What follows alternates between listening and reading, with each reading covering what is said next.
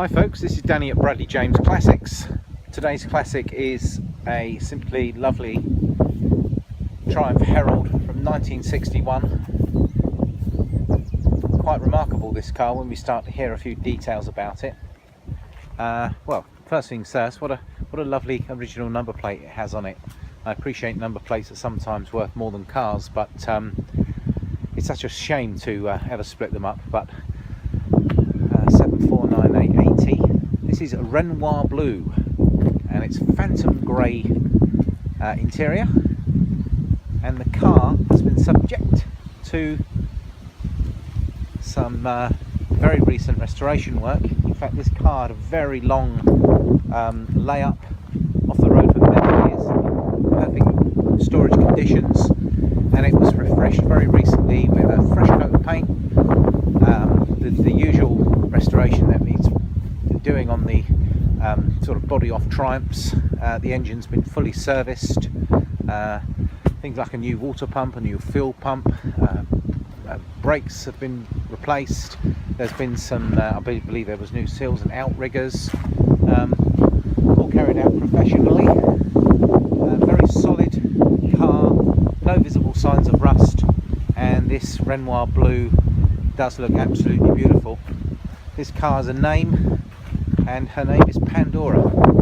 I'm just going to zoom you into a fascinating read, and as you can see, look at how many owners that car's had. One former owner had the car in 1961, and it only changed hands very recently. So this has been a one-owner car from 1961 to 2017. Now, Pandora's story is covered in this Owners Club magazine. There's Pandora in the courtyard, and that makes a very good read.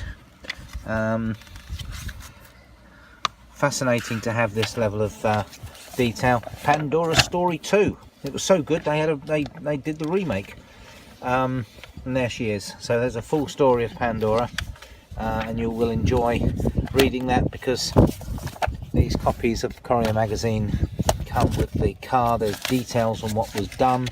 There's also the motor industry heritage certificate, which is just explaining the fact that this is a genuine convertible, and it confirms the colours, the chassis number, engine number, etc, etc.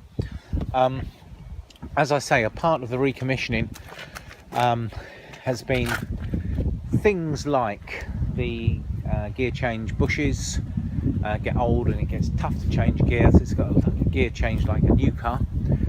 Fully adjusted brakes work very well.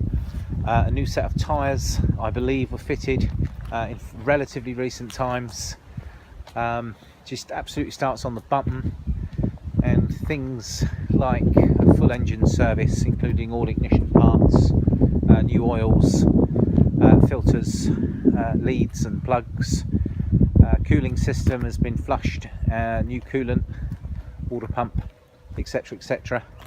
I think you've seen a photograph of just how nice she is under the bonnet. Now I'm going to attempt to do this on my own. Sometimes it's handy to have two of you, but let me see if I can pull up this engine bay. Let's see what we've got here.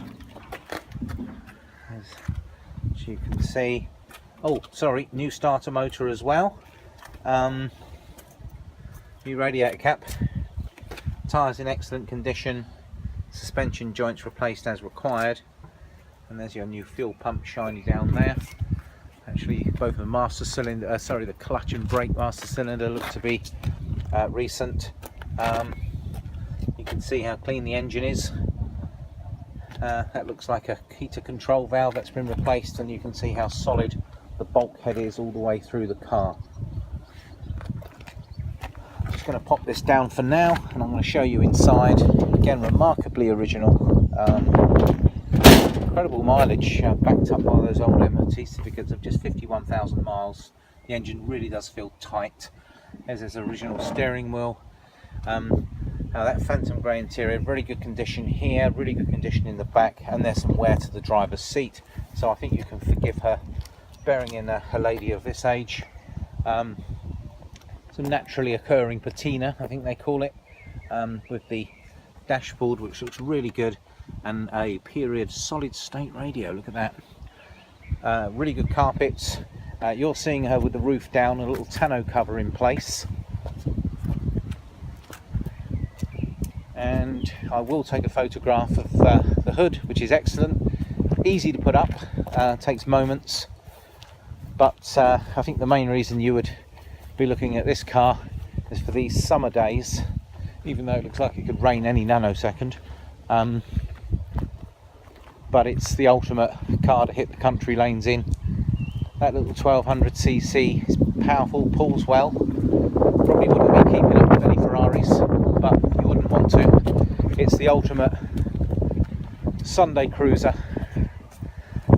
Go down to the coast and you could almost feel as if you were back in the early 60s. These are wonderful cars, prices are rising. You get a nicely restored one like this. I genuinely think it'll prove to be a good investment. A lovely early Herald, fully MOT'd, and yeah, she's in very good shape. Lovely original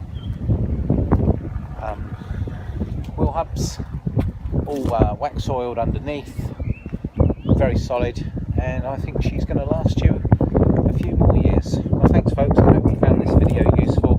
Please contact me via www.bradleyjamesclassics.co.uk if you've got any further questions or you'd like to arrange to come and have a look at this lovely Herald. We're based in the North Hampshire countryside, and we'll be delighted to